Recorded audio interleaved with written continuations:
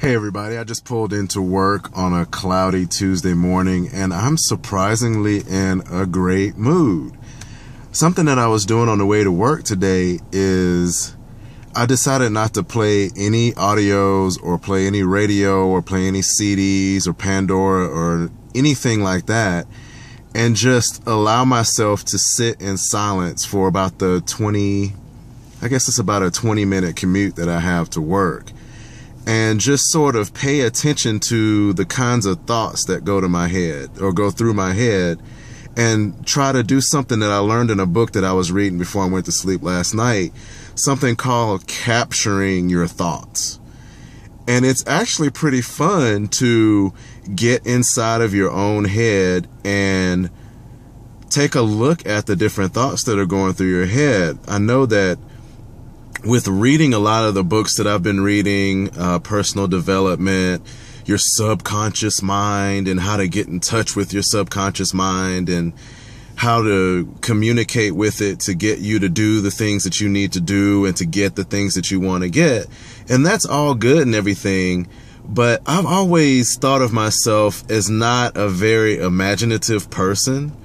I don't really daydream a lot or think about conquering the world or anything like that. I'm more of an abstract kind of guy. Give me some numbers, let me crunch the numbers and see the actual answers come up from concrete. I meant concrete. I said abstract. I'm a concrete person. I need to see the numbers. I need to see the facts. I need to see it with my eyes. And of course, getting in contact with your subconscious mind is something completely different from that. You're actually going into that space, or at least for me, I'm going into that space that I don't normally go into. And it's actually neat going into that space and really learning the substance of what faith is. Faith is being sure of what you hope for, but certain of what you do not see. That's Hebrews 11:1 if you want to get some biblical stuff in there.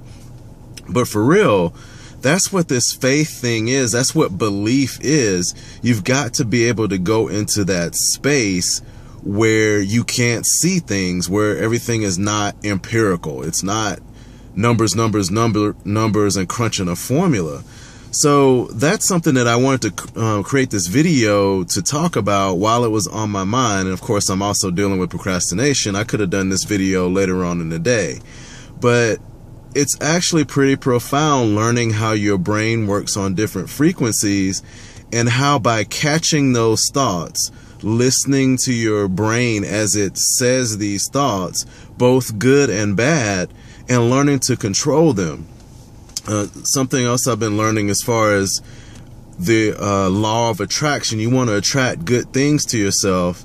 And the natural reaction is, if you think a bad thought or a negative thought, is to try to fight it. It's to say, I rebuke you in the name of Jesus, and get rid of that thought. You don't have to do all that.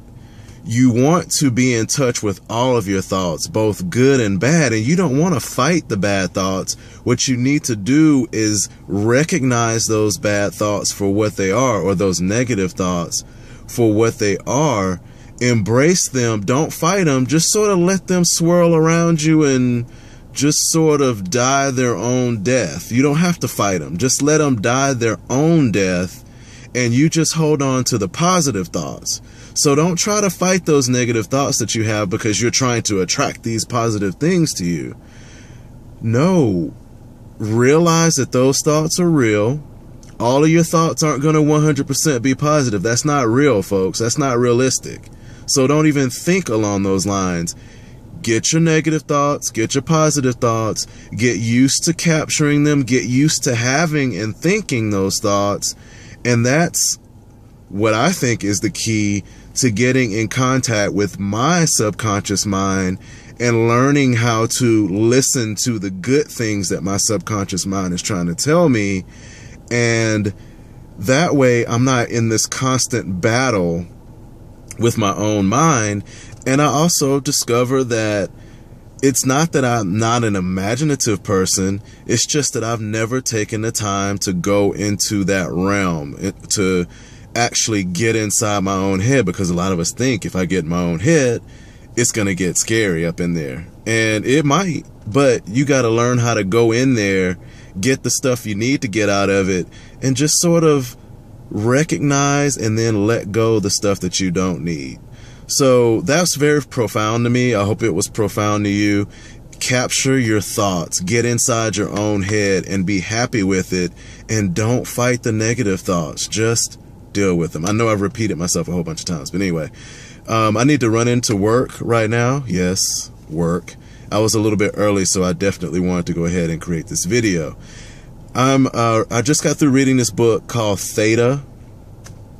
Just look it up and then you can find it. It's actually really good about helping you to learn how to meditate, because I don't know how to meditate. I never tried it, but I'm learning how to get in contact with that part of my brain. So if you want to go to that, if you're interested in any of the other awesome books that I'm reading for my self-development, feel free to contact me or go to www.incometornado.com and watch the video. That answers everything to what I've been going through as far as learning how to get in contact with my subconscious mind. So have a great day. Talk to you soon. Bye.